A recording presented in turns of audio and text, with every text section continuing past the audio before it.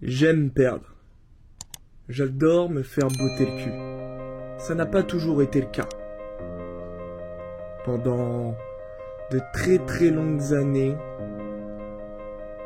j'avais peur de ce que pensaient les autres quand je perdais. Vous savez, cette sensation, quand vous tombez dans la rue, vous trébuchez, et que la première chose que vous faites, c'est de regarder autour de vous. Avouez-le, vous le faites. Aujourd'hui, j'en ai plus rien à faire. J'adore me faire botter le cul.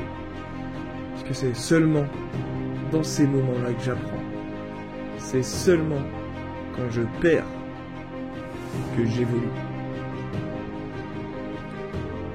Alors oui, j'aime perdre. J'aime perdre uniquement pour cette raison. Ça ne m'empêche pas d'avoir la rage, ça ne m'empêche pas d'être méchant. Et le problème, c'est que je n'aimerais pas m'être battu sans avoir rien appris. Que ce soit dans la victoire, mais surtout dans la défaite. Parce que si se battre, si faire un match, c'est juste perdre et gagner. Le football m'aurait quitté depuis très très longtemps. Si perdre, c'est juste pleurer, se plaindre, être déçu, alors à quoi bon jouer? Je dois faire partie de cette majorité de la population qui a peur du regard des autres, qui a peur du jugement, qui a peur des critiques, surtout quand tu fais quelque chose de mal, quand tu fais une erreur, quand tu perds. Je n'ai parlé que des matchs, mais sache que tu as des défaites tous les jours. Tu perds quand tu rates une passe. Tu perds quand tu ne cours pas assez vite. Tu perds quand tu ne marques pas. Tu perds quand tu ne gagnes pas un duel. Et tout ça va te donner le sentiment de honte. Ce regard puissant qui est sur toi. Celui de l'ennemi. Celui des autres. Ce n'est pas quelque chose de facile d'enlever ce regard sur soi. Et sache que ça ne fonctionne pas de la façon à laquelle tu penses. Car ce ne sont pas les autres qui vont enlever ce regard. Ce ne sont pas les autres qui vont arrêter d'avoir les yeux sur toi. Non, c'est toi qui vas effacer cette sensation de ta tête. Car à vrai dire, ce n'est qu'une sensation. Je vais t'expliquer pourquoi aujourd'hui. Il y a quelques semaines, j'ai regardé un joueur pendant que je courais, en train de s'entraîner sur un stabilisé. C'est vrai que je l'ai regardé assez fixement, parce que j'observais ce qu'il faisait, qu'est-ce qu'il entraînait, comment il le faisait, quel exercice il avait mis en place, sans jugement aucun.